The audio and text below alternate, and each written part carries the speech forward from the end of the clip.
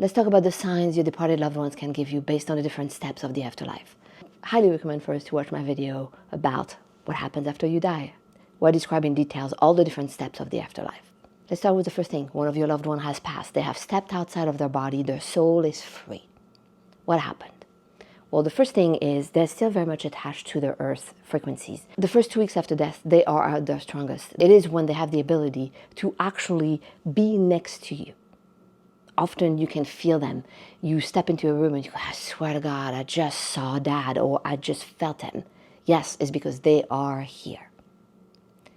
So the way they can contact you, the way they can let you know that they're here during that short period of time is by intensely heightening up the energy around you so you can feel almost as they're hugging you.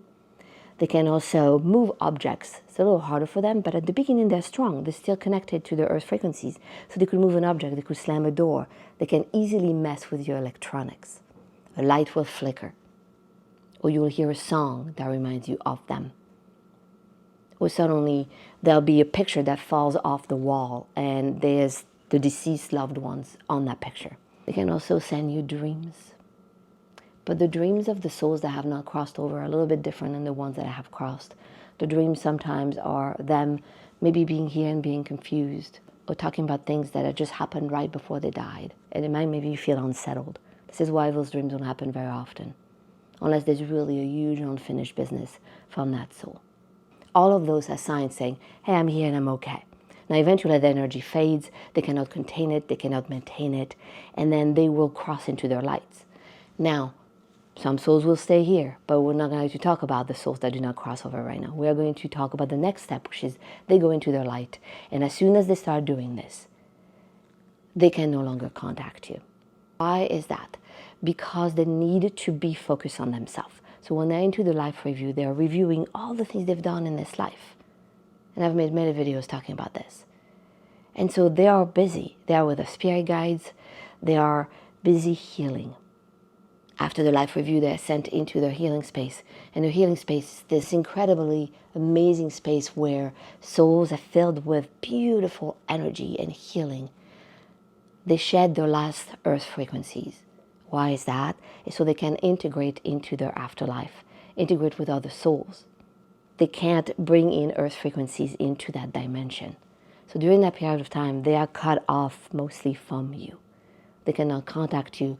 They cannot talk to you, they cannot send you signs, they cannot tell you they have arrived and they're well.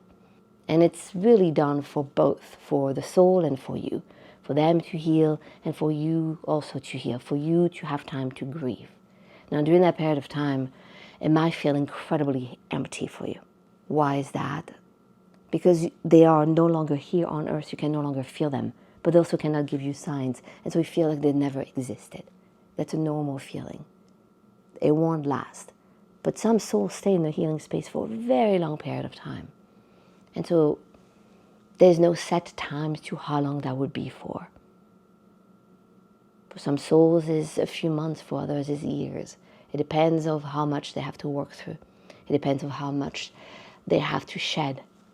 You gotta be patient. It's not about you, I promise you. But the beauty about this is once they're done and they're dropped into the first phase of the afterlife, that's wonderful.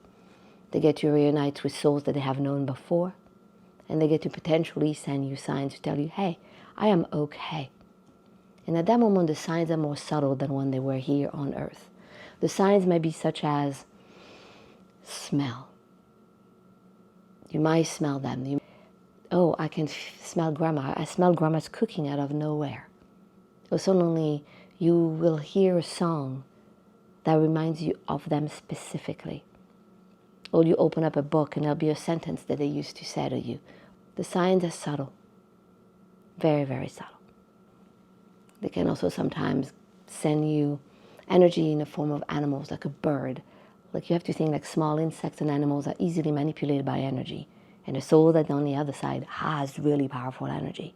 And so that's something that's easy for them to do. But no, they cannot manifest themselves physically here on earth for you anymore because they are in a different frequencies. And they can do this for as long as they can. They sometimes check on you, sometimes they don't. They are busy trying to evolve. There's different steps to that afterlife that they take. And the further along they go, the more distance they become from you. And I know it hurts, but this is what we want from them. We want them to grow, we want them to learn. And they'll get to a point where they get to decide, do I want to evolve even more? Do I want to go and reunite with my higher self? The little piece of yourself that always stays behind every time you come back. Your higher self is there right now. My higher self is there. But it's not the first thing that we reunite with. And so at that moment in time, they get to make their decisions, and the spirit guides will show up and say, hey, if you want to do this, you will reintegrate with the highest piece of yourself, which means that you are going to remember every single version of yourself you've ever been. You will forget exactly who you were because you will remember everything. And so they give them memories from their lives again, the happiest memories that they've ever had. They show them all the good things about you, about other loved ones. This is the last time your loved one can send you signs. And after that period of time, you will get dreams. You might get a set of 3 dreams back to back, with the last dream often being them saying, I will no longer come and I love you, and you'll be okay. And they will hug you and leave. And then that'll be it. And it's not a bad thing, it's a wonderful thing. Because what you have to think of is, if their higher self is there, and you are part of the same soul family, it means that your higher self is there as well, which means that you're already with them, remembering every single version of them you've ever loved. And so when they get to reunite with their higher self, that's it. If they do come, and it happens periodically, that I have been able to tap into souls like that in readings, and they are so big. But they no longer come and look exactly like your loved ones. They don't speak like them either. They would say things bigger and more powerful, I guess. They are much more elevated. And so those are the different times and different ways a soul can contact you. All right, I hope that helped. I know many people ask me if that's a sign, if that's not a sign. So here are the different things that they can do for you. I'm Malauriepsychic medium. I bring you more grounded approach to the psychic world.